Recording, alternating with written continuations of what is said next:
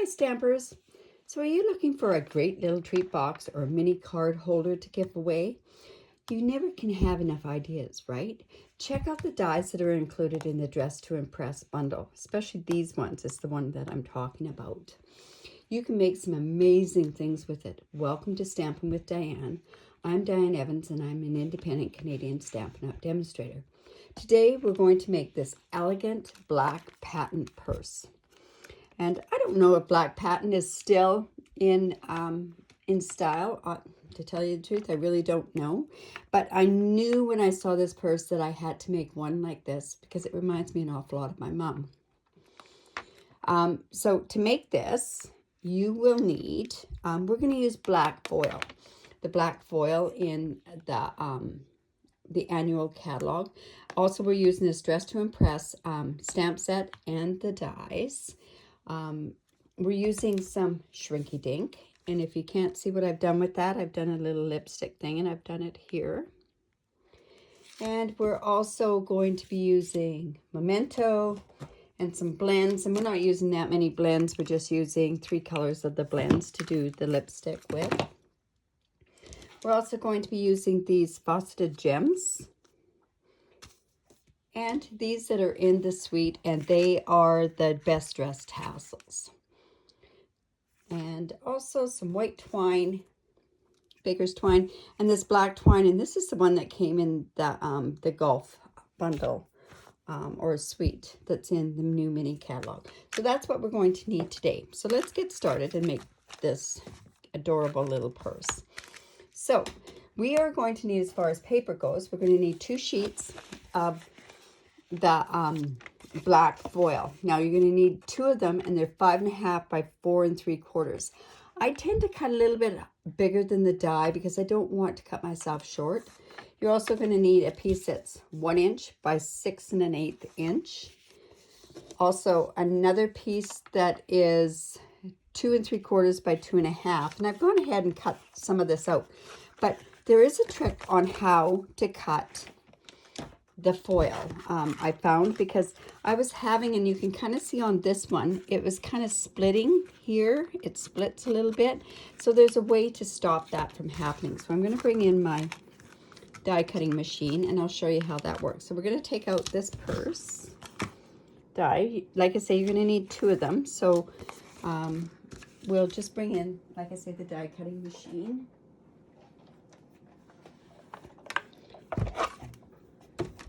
And the best way to do this is to cut it down. Now, I don't want this impression to show up. Always when you have a foil, you have impressions on your plate and it tends to show up.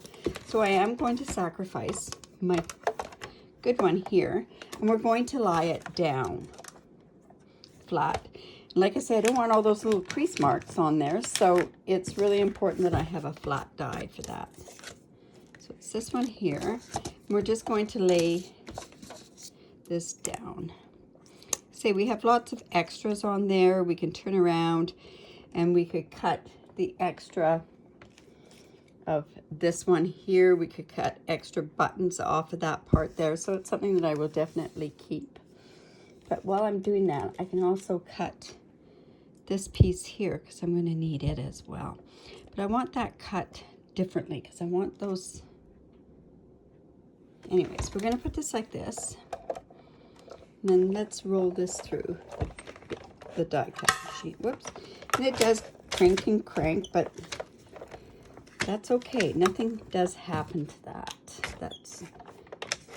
I'm not used to cutting that way, so I'm going to cut it this way. That's all we're going to do because I've gone ahead and already pre-cut this. Pre-cut all the rest of the pieces that I need. Put that off to the side, but you can see the beautiful stitch lines that are there as well, and it does have the score lines on there too. So by cutting it down like this, you're still getting those stitch lines, but you're not going to get that tearing that you get in there. Now I've gone ahead and scored these because it does take a bit to do it, especially this part here. You've got to manipulate that part and see how it's cutting into there, and that's because of the cut. If you cut it this way down. So you're just going to score all those pieces like that. This part here, you just have to fold down with your fingers. And then, you know what, I'll bring in this other piece here just to show you how easy it really is to score it. And of course, we want to use our bone folder. We want to make sure that we have a good crease there.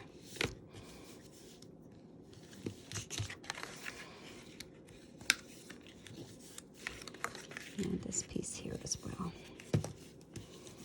Now this is the tricky part, and I always find if you manipulate a little bit with your fingernails and your fingers, it works a lot better.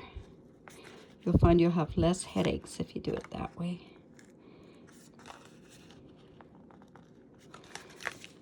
Let's say this is probably the trickiest part of this.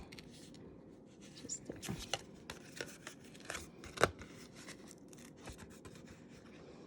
Okay, so we've got that down like that. Then what we're going to do is tear and tape is going to be your best friend. I am going to lay this down here, along here. It's not going to be quite to the edge because you don't want it to be, leave that sticky residue. We're just going to tear this part off. And we'll do the same on the other piece as well.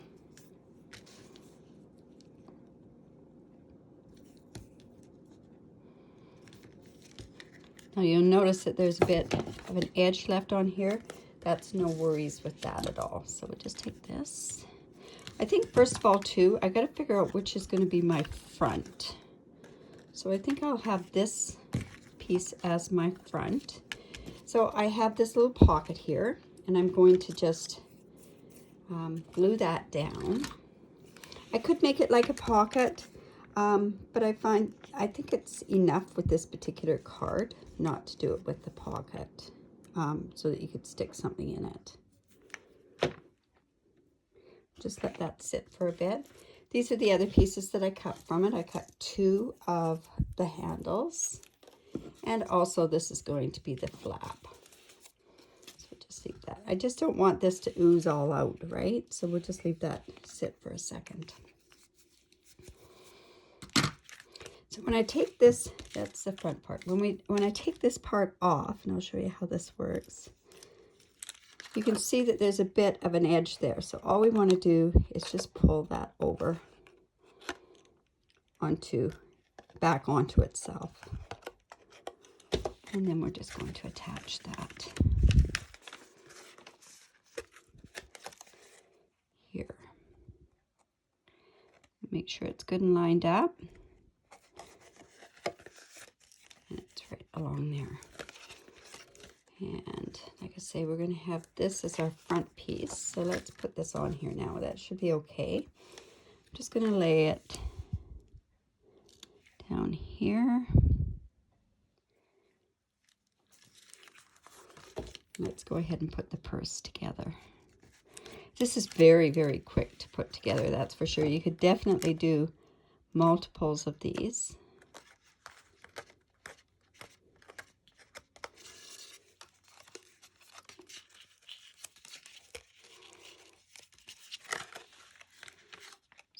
Like I say, you just want to lay that back on itself, and you don't want any of that sticky residue sticking out from the box.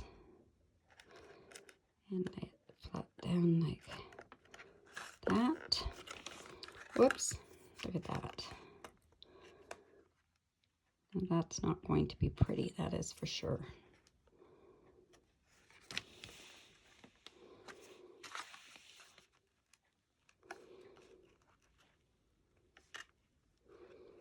Should let that dry more. There we go. We'll just take that off there. And then we're just going to put these in here. Definitely want to know which one's the front side, because you're going to have your box lap over this way. So I'm just going to put some tear and tape on there.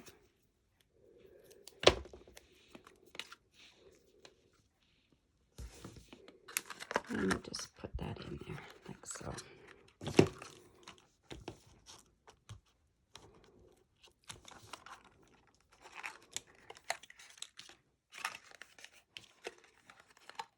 You don't want to have any of that glue, especially when you're working with this this foil because it tends to really stick onto the paper. Oops.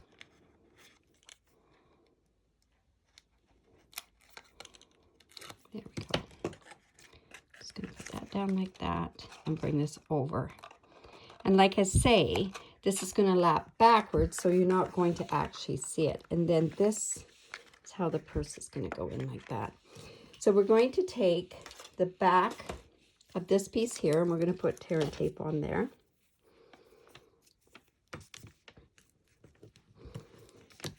And this part. I'm going to put that onto the back part right here. Now, I guess we could put that in the inside. Do we want that on the inside? No, I think on purses you usually see a bit of it come out the back. So we're going to have it go there. And then what I'm going to do is I am going to, and I should have done this to begin with, is just take your bone folder and just curl it a little bit. And then that's going to actually make it so that it's going to come here and curl. Like so. So there's no ridges in it or anything. Okay, and then at that point, I'm going to put one of these faceted gems on there. We don't have our bigger rhinestones anymore, so this was as close as I could get to a rhinestone, but I think it adds to the elegance, that's for sure. And then we're going to put a piece of thing of Velcro. I already have this cut.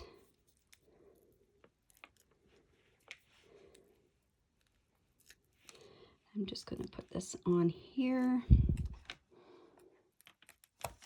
And then when I fold it down onto here, it's going to stick and give a bit of leeway there. Okay, so we'll just take that off of there.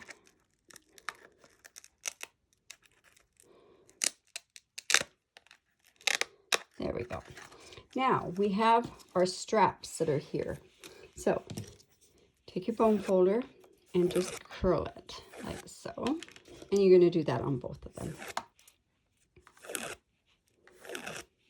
Now, also included in this die are some buckles, and they come with 4 buckles on here. You could use buckles on here. I didn't want to use buckles, but they come two together. So, and there's 2 of these on there, so you can get buckles, and that's where that's going to work really, really nice for doing one of my next projects that I'm going to show you, which is a backpack. Really cute backpack. So I'm just going to put this on here, and I'm putting it because I want it to go onto the front of the purse like that. So let's just take this off. It's about a 1/2 inch, maybe a little bit more than a 1/2 inch. So I'm just going to line this up. Let's see how that's going to work. We want to do it so it's a bit on an angle like so, so that the straps are straight. And then we're also going to put some on this side as well. I think I'll put a head on the other side. Let's just take this off there.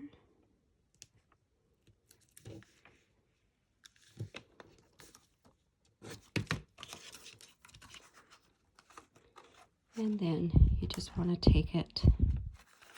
Now, is that going to be straight? Close it in and make it so that it looks straight. It's not straight on the box, but it looks straight to the purse. There we go. And then we'll do the same on the other side.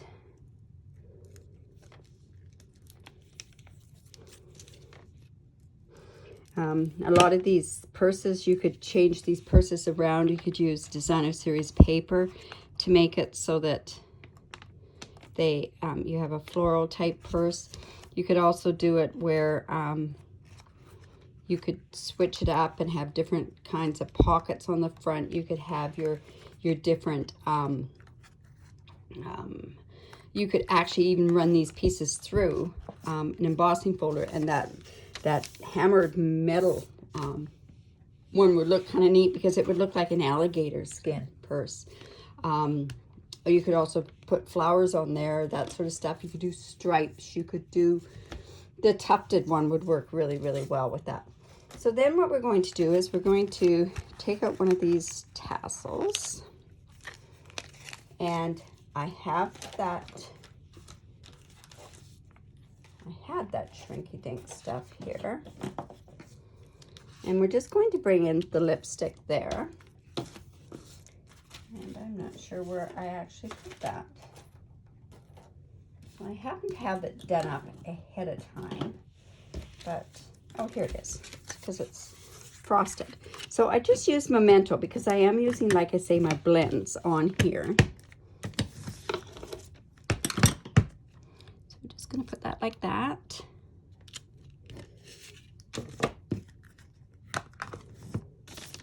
And I'm just going to let it dry, but in the meantime, what I'm going to do is I'm going to bring in my die cutting machine again. And we are going to switch this out so that I've got the other one on the bottom. So, got this. We're just going to bring this onto here. And then, of course, we have the lipstick die. So just going to line that up. Probably would be easier if I show you with this one on the bottom. So let's show you that. And probably, too, it would be better to use the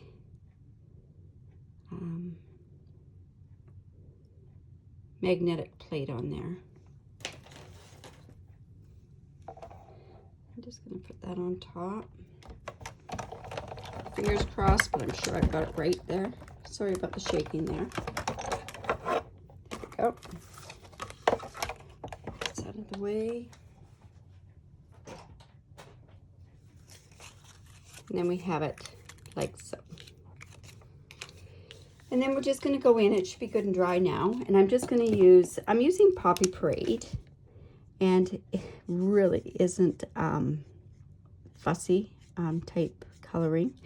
One thing to remember, when this does get shrinked, it's going to intensify the color a little bit. So this gray is not really going to show like a silver. I want it to show kind of like a silver, you know, like on a lipstick thing. If I tried doing shading on it, and it really didn't matter that much.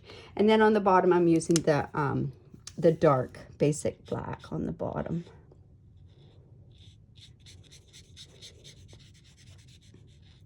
And when I was putting this together and designing this, I didn't think too far ahead, but I can at least share that with you now. So I went and I took my hole punch, and I just put a hole in the top here. And then I took my white baker's twine and I put it in there right away. When I tried to thread it through afterwards, I really had a difficult time, and I couldn't get it through. So at least with it there, I can just bring in my white baker's twine. And we're just going to put that through like that.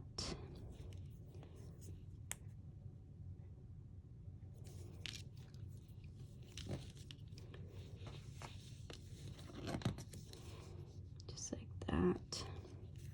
Give us quite a bit of space. We don't, or quite a bit of the baker's twine. We don't need that much, but at least that way we've got some there. And then I'm just going to bring in my heat tool, and we're going to shrink that. Now I want to make sure that I have a block nearby to flatten it out afterwards. So, I'm just going to take this like this, and I'm just going to shrink the shrinky dink. Now, probably better if I hold this down also with my take your pick tool. And when it does curl, it'll curl up, and it does all its little antics that it does do. Just love this stuff. You can make some of the cutest little things with it. But see how those colors have actually intensified, right? So make sure the top is also done. And it does tend to flatten out on its own. I'm just going to take this in and just flatten it with a block as well. So there's my little piece, my lipstick. Contain something just a little extra, that's all, but nothing too frantic on it. And then I'm going to bring in my tassel again. Not sure where that one went to. And then all I'm going to do is I'm just going to tie this. First of all, let's just get this tied on here. And then we're just going to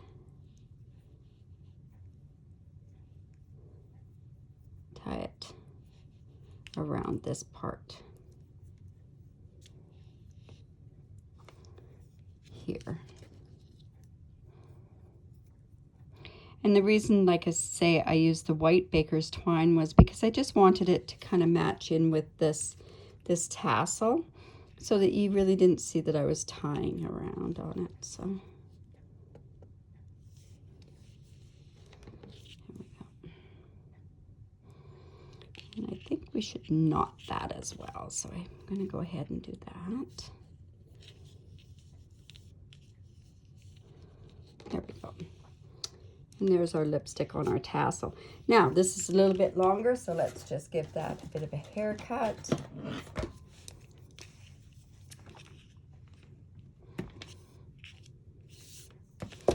And then on this part of the purse, I'm just going to tie it around here with that black baker's twine. And where did that go? There's so much black on this table I can barely see it. There we go.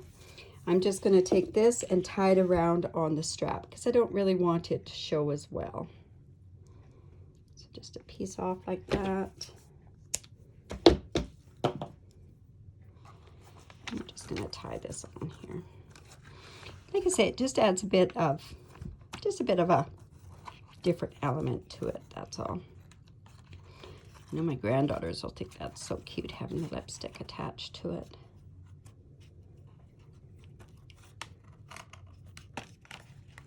And then we'll go in and we'll trim off those pieces as well.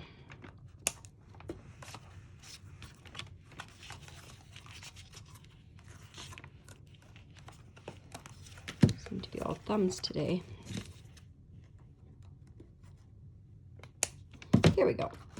So there's our lipstick and our tassel. Now, I did fill this one, with these chocolates, but with this one,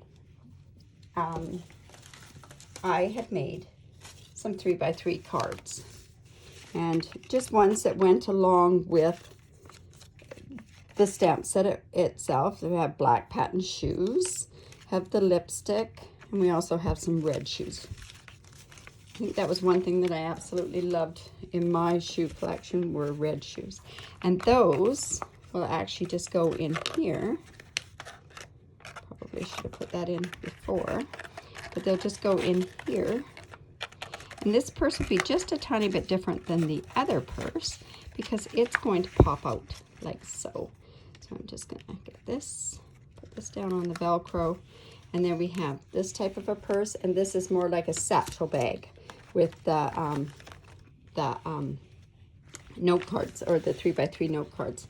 I think it's such a cute idea. I like I said before, I really think that you could really change this up and do a lot of different other things on there. I kind of like it where it's this shape of a bag. But like I say, if you're going to use it for note cards, this one would work fine as well. So if you do need any of these supplies, I do have an online store. You can just go into Stampin' with Diane, and if you do live in Canada, I'd love to be your demonstrator.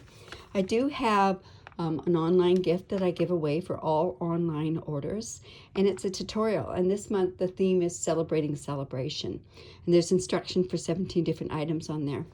Leave a comment, give me the thumbs up, and subscribe to my YouTube channel. I really do appreciate it. Thanks so much.